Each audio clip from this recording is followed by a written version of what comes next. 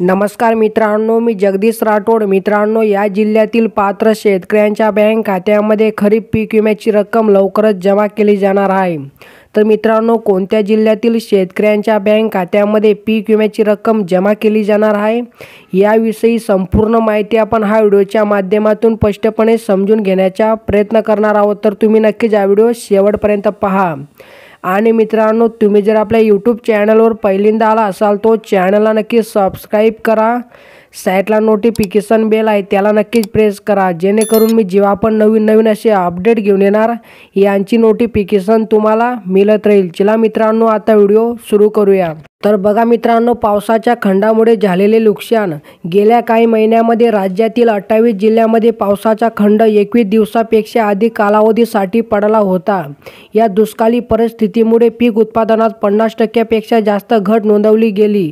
कृषी विभागाने या नुकसानीचे सविस्तर सर्वेक्षण केले असून त्यानुसार शेतकऱ्यांना नुकसान भरपाई देण्याची प्रक्रिया सुरू करण्यात आली आहे। तर पहा मित्रांनो, विमा कंपन्यांचा प्रतिसाद। राज्यातील विविध जिल्ह्यांमध्ये विमा कंपनीकडून वेगवेगळ्या प्रतिसाद मिळत आहे।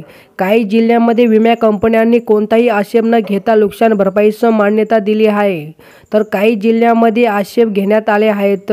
विशेष म्हणजे काही जिल्ह्यांमध्ये अद्याप विमा कंपन्यांकडून अंतिम निर्णय घेण्यात आलेला नाही। तर मित्रांनो, आक्षेप नसलेले जिल्हे कोल्हापूर, परभणी, सांगली, बुलढाणा, जालना आणि मित्रांनो नागपूर या जिल्ह्यांमध्ये विमा कंपन्यांनी कोणताही आक्षेप न घेता नुकसान भरपाईस मान्यता दिली आहे। या जिल्ह्यातील शेतकऱ्यांना लवकरच विम्याची रक्कम मिळण्याची शक्यता आहे। आणि मित्रांनो, या ठिकाणी आपण आक्षेप असलेले जिल्हे पाहू शकतात। अहमदनगर, धाराशिव, छत्रपती संभाजीनगर, अकोला, अमरावती, नाशिक, जळगाव, कोल्हापूर आणि मित्रांनो सातारा या जिल्ह्यांमध्ये विमा कंपन्यांनी काही आक्षेप नोंदवले आहेत।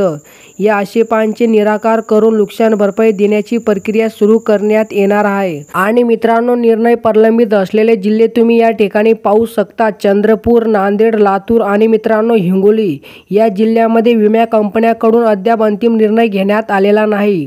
या जिल्ह्यातील शेतकऱ्यांच्या नुकसान भरपाई बाबत राज्य कृषी सचिव स्वतः विमा कंपनीशी चर्चा करणार आहेत, अशी माहिती पण या ठिकाणी देण्यात आली आहे। तर मित्रांनो, अपील प्रक्रिया आणि निकाल या ठिकाणी तुम्ही बघू शकता। बुलढाणा, बीड आणि वाशिम या 3 जिल्ह्यांमधील प्रकरणे राज्यस्तरीय समितीकडे अपीलासाठी पाठवण्यात आली होती। त्यापैकी बुलढाणा आणि बीड जिल्ह्यातील अधिसूचना मान्य करण्यात आल्या असून संबंधित विमा कंपनींनी अग्रिम रक्कम देण्यास मान्यता दिली आहे। मात्र वाशिम जिल्ह्याबाबत अद्याप संभ्रमाची स्थिती कायम आहे। आणि मित्रांनो, या ठिकाणी तुम्ही लाभार्थी पात्र जिल्हे बघू शकता। मित्रांनो, या जिल्ह्यातील सर्व पात्र शेतकऱ्यांच्या बँक खात्यामध्ये पीक विम्याची रक्कम जमा केली जाणार आहे। तर मित्रांनो, ते जिल्हे म्हणजे नाशिक, जळगाव, सोलापूर, सातारा, परभणी, नागपूर, कोल्हापूर, जालना, छत्रपती संभाजीनगर, सांगली, बुलढाणा, नंदुरबार, धुळे आणि मित्रांनो धाराशिव या जिल्ह्यातील शेतकऱ्यांना अग्रिम रक्कम लवकरच मिळणार आहे। म्हणजे मित्रांनो, या जिल्ह्यातील सर्व पात्र शेतकऱ्यांच्या बँक खात्यामध्ये अग्रिम पीक विम्याची रक्कम लवकरच जमा केली जाणार आहे। आणि मित्रांनो, राज्य सरकारने या प्रक्रियेला गती देण्यासाठी विशेष प्रयत्न सुरू केले आहेत।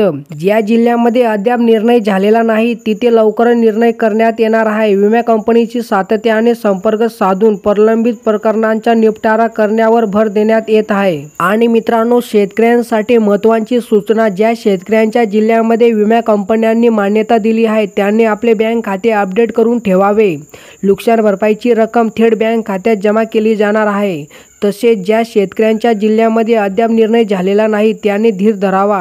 राज्य सरकार त्यांच्या हितांच्या दृष्टीने प्रयत्नशील आहे। तर मित्रांनो, अशा प्रकारे ही काय छोटीशी अपडेट होती। जर तुम्हाला ही अपडेट आवडली असेल तो नक्कीच चॅनलला सबस्क्राईब करा, व्हिडिओला लाईक करा। चला मित्रांनो, भेटूया नवीन एका व्हिडिओमध्ये। धन्यवाद मित्रांनो।